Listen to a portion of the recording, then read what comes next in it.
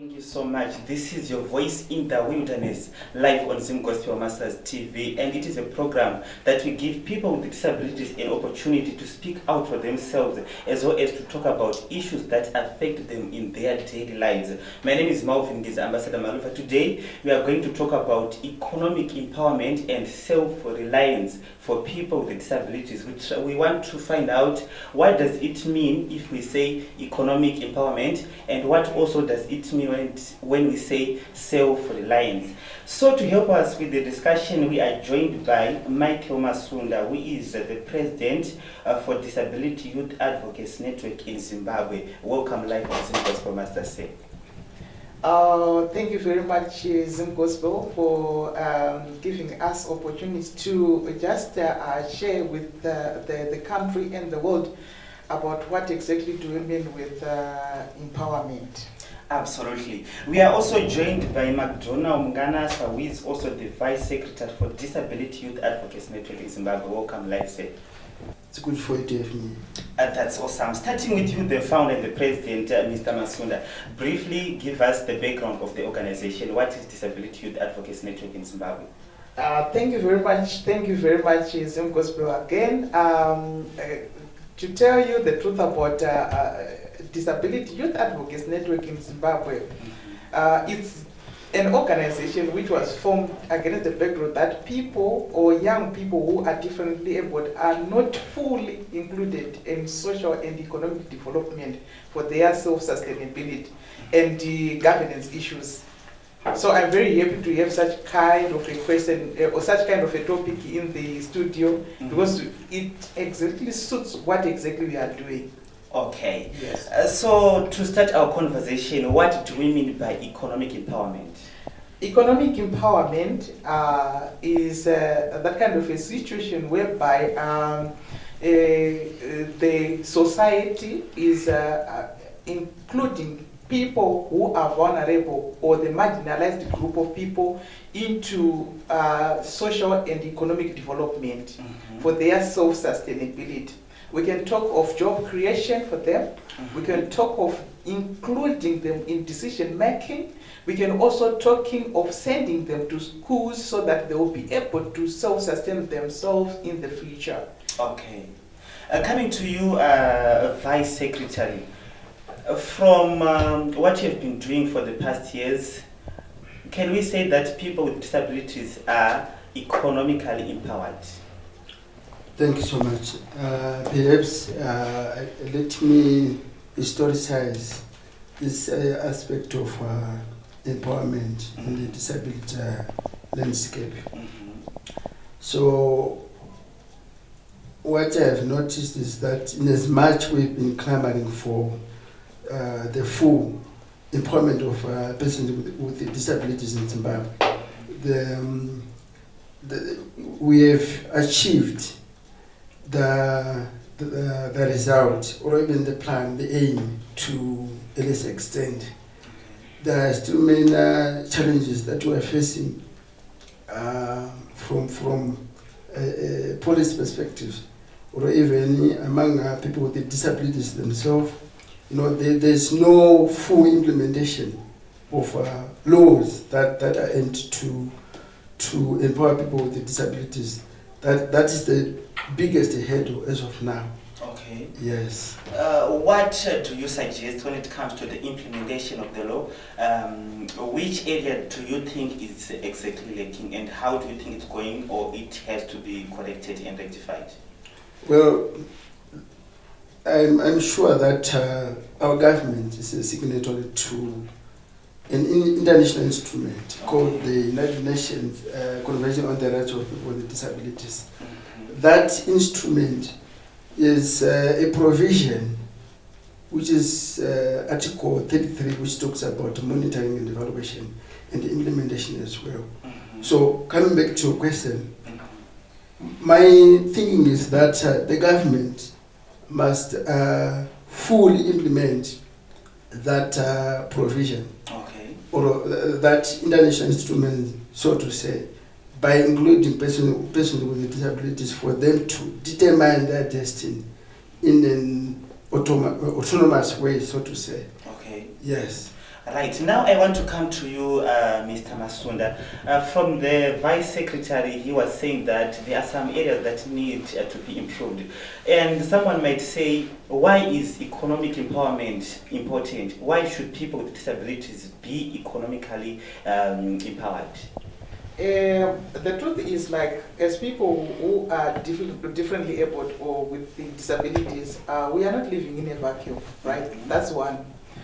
Two, as we are not living in the vacuum, it means that we are living in an environment where we play a crucial role in the ecosystem of that particular environment, right? Mm-hmm.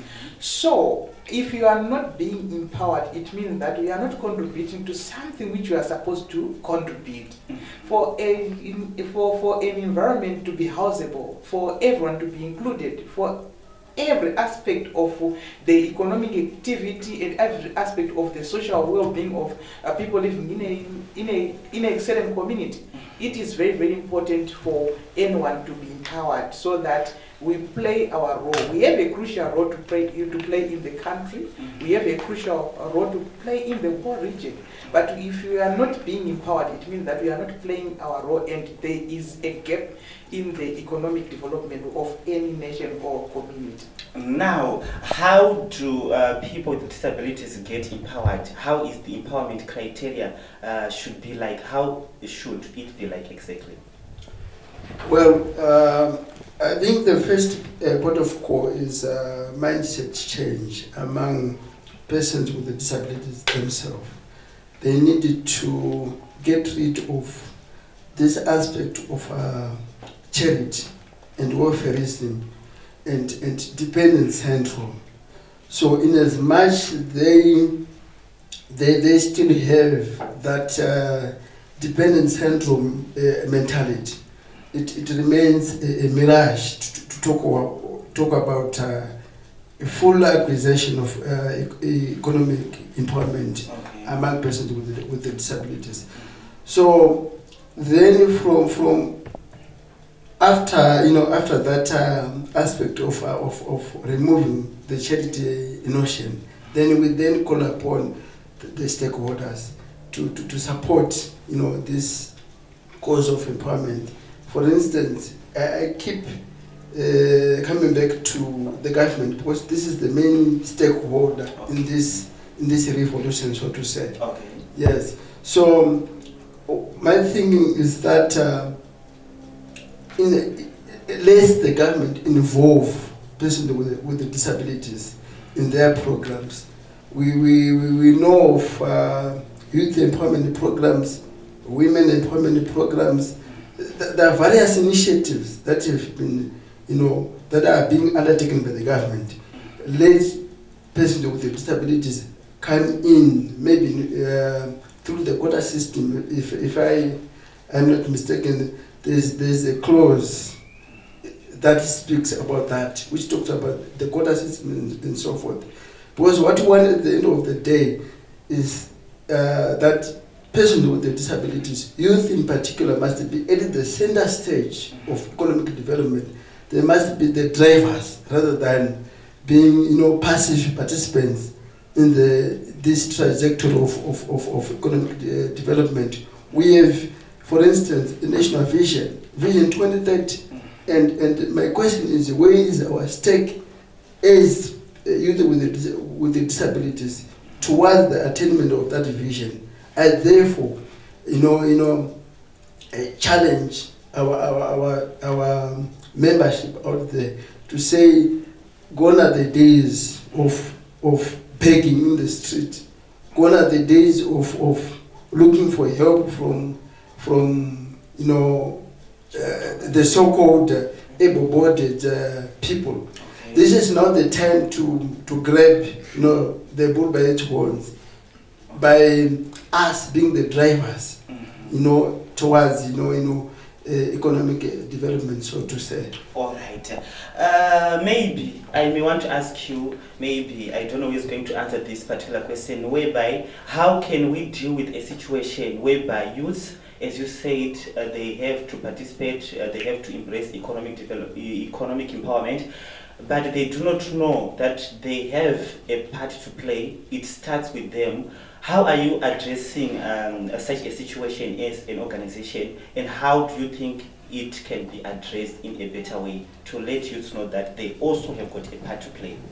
Well, from our part as an organization, we are spearheading a program of conscientization, Okay. where we conscientize in a robust way our membership to say, let us remove that mentality of receiving, but let us inculcate or embrace that mentality of giving, or even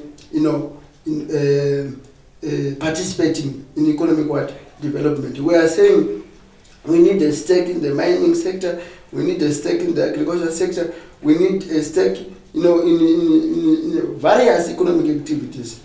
Yes, because at the end of the day, we want to demystify that approach, that traditional approach of welfareism, which is mainly dominant in the mind of the disability sector, especially the youth. Okay, 0714810907, that's your WhatsApp platform. Voice in the Wilderness today, talking about economic empowerment and self-reliance for people with disabilities. Now I want to come to you, Mr. Masunda. We know that your organization has been officially registered as a PVO, and it's really a milestone, and we need to say congratulations for that. Thank you very much. And now, how is that going to help your organization in achieving, or maybe in working in line with economic development? How is that official registration going to help your organization? Thank you very much. As you mentioned, that it's a milestone to us as an organization. That's one of our biggest achievements as of now. It wasn't easy, but finally we are here. Disability Youth Advocates Network is going to contribute a lot when it comes to economic development, because that's the reason why we do exist on this part of the planet, right? We have got a lot of programs which are in place right now, because what we want is, if we hear correctly from our Vice Secretary General, he was mentioning that we want to do away with what we call welfareism. Meaning to say, we are creating an environment whereby we are teaching people who are differently abled what exactly business is. After teaching them business, we do want to understand, we do want to make sure that they come out with what we call sellable business proposal. Okay. These sellable business proposals, we then take them to investors, and when we get funding, we make sure that they kickstart their businesses. Amazing. Right. Kickstarting their business, we try and make sure that we monitor up and we prove beyond reasonable doubt that they are good to go. Because there is a myth behind us whereby people can simply say that if we give them funding, they will abuse the funding. But we now have a committee which will clearly do the investigation up and we prove that this one is good to go, we let him or her go. But each and every business we are going to initiate should give birth to another business. Okay. Meaning to say that the self-sustainability, and it will be like a cycle. Going on and on and on, we'll be able to cover the whole nation, the region, and the world at large. Our main aim is, in our first 5 years, we want to try our level best to cut the amount of allocation or the allocation given to people who are differently abled by the nation by 5%. Meaning to say the 5% of the population will be able to self-sustain themselves. Okay, and the budget will be declining up until we come to a certain level whereby we can see that the budget has been cut up to about 90% or so. The reason being is like we have a lot of urgent issues to take note of. For example, let's think of Cyclone Idai. You know, we can take those as serious issues rather than taking someone who is differently able every day as a matter of urgency. We need to do away with that. So that's how we are going to contribute to the economic development. That's one. And we are trying our level best to make sure that the voice of people who are differently able, especially the youth, is heard. Why? How are we going to do it? The inclusiveness part of it. We want to be included in social and economic development, which is very, very important. If you are left out, it means that we cannot contribute anything. So we want to be included in each and every aspect of economic development. That's really a powerful criteria that you are using to ensure that people with disabilities, to ensure that youth with disabilities are getting empowered. Also, issues around representation comes into play, because we can't talk about inclusion if there is no good representation. What else also are you doing as an organization, as Disability Youth Advocacy Network in Zimbabwe, towards addressing issues of representation? Well, as I've alluded earlier on, or even maybe the chairperson have tackled that issue earlier on, everything goes back to the issues of policies. Okay. Yes. So, as for now, we as a nation, we have the National Disability Policy. And in that policy, there's a provision which talks about representation. Okay. But the problem is that as youth, we have been marginalized for so long. We are not there in the echelons of power. Our voices, in as far as the representation, is still, close to zero. So our appeal, especially to the policymakers and even our members, is to make sure that we the number of seats, maybe in the parliament or even in youth structures, be increased, so that many colleagues with disabilities can occupy those seats to drive the agenda of disability. Because our dictum which governs our operations is that nothing for us without us. Okay. Yes. So we need to be in the circles of representation, so that we can articulate issues that affect us. Yes. Precisely. Inclusion is very critical. As we are rounding up the conversation, still on you, Vice Secretary, if there are some youths who would like to work with you as an organization, how they can do that, and if you have got some sites and contact details where they can get in touch with you, can feel free to give us. Thank you so much. Those who want to get in touch with us, we have a Facebook page. It's Disability Youth Advocacy Network in Zimbabwe. They can get in touch with us through that through interaction, on that Facebook page, or they can even contact the chairperson. I'm sure the chairperson will shall give you the contacts. Yes. Yeah. Yes. Thank you so much. Coming to you, Mr. Masunda, as we are rounding up the conversation, what are your final words with regards to issues of economic empowerment and self-reliance for people with disabilities? What's your strongest desire as your organization, and what are some of the plans that you have in the future to ensure that this theme of empowerment becomes successful among the youth? Okay, thank you very much. Economic empowerment is what we all want, like what I always say, and that's our desire, to make sure that people who are differently able are self-sustainable. We have our mantra, which is called different but not less, and in addition to that, we brought another one which says a Range Rover for people who are differently able. Amazing. Meaning to say that we want best life of all, and we are capable of getting it. But how are we going to do it? We go business. We go for inclusion. Okay, because what we have seen is like the people who are differently abled were living a life of just receiving, and that's what they were always thinking about. But now we want to teach them how to catch fish, which is the most important thing for them. So we are encouraging each and every organization which is coming to join us hands, right? In trying to make sure that it's now gone. These are gone are the days where we are looking for just receiving. Teach us how to get that thing which you are bringing to us. So that you can do it on our own. and be able to empower ourselves. So to the world and the country at large, I'm saying that we are now in the field. Anyone who wants to come and join us, please do come. To those with disabilities, there are a number of disabilities, some of them which cannot be identified if you look at with your naked eyes. But we are saying that feel free to come out.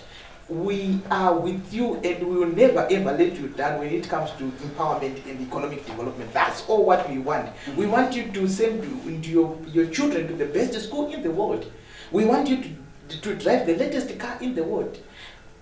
The best way is to be empowered economically. That's what I want to say to the country and the world at large. And your contact details and some platforms as well. Currently, like what our VSG said, we are found on Facebook. We are also hoping to open our LinkedIn and some other platforms, different platforms. We are working on that urgently. And my contact is 0777 122 150. 0777 122 150. My name is Michael Masunda. Amazing. Nothing for us without us, if I got it right. That has been our today's Voice in the Wilderness live on ZimGospel Masters, in which we're talking about economic empowerment and self-reliance. And from this conversation, we learned that economic empowerment leads to self-reliance, and we need to work together towards ensuring that youth with disabilities, people with disabilities get empowered. And it starts with you, it starts with me, and it takes efforts from both of us to ensure that the constituents become empowered. Until we meet, may the Almighty bless you. This is Marlvin Ngiza. Have a pleasant listening.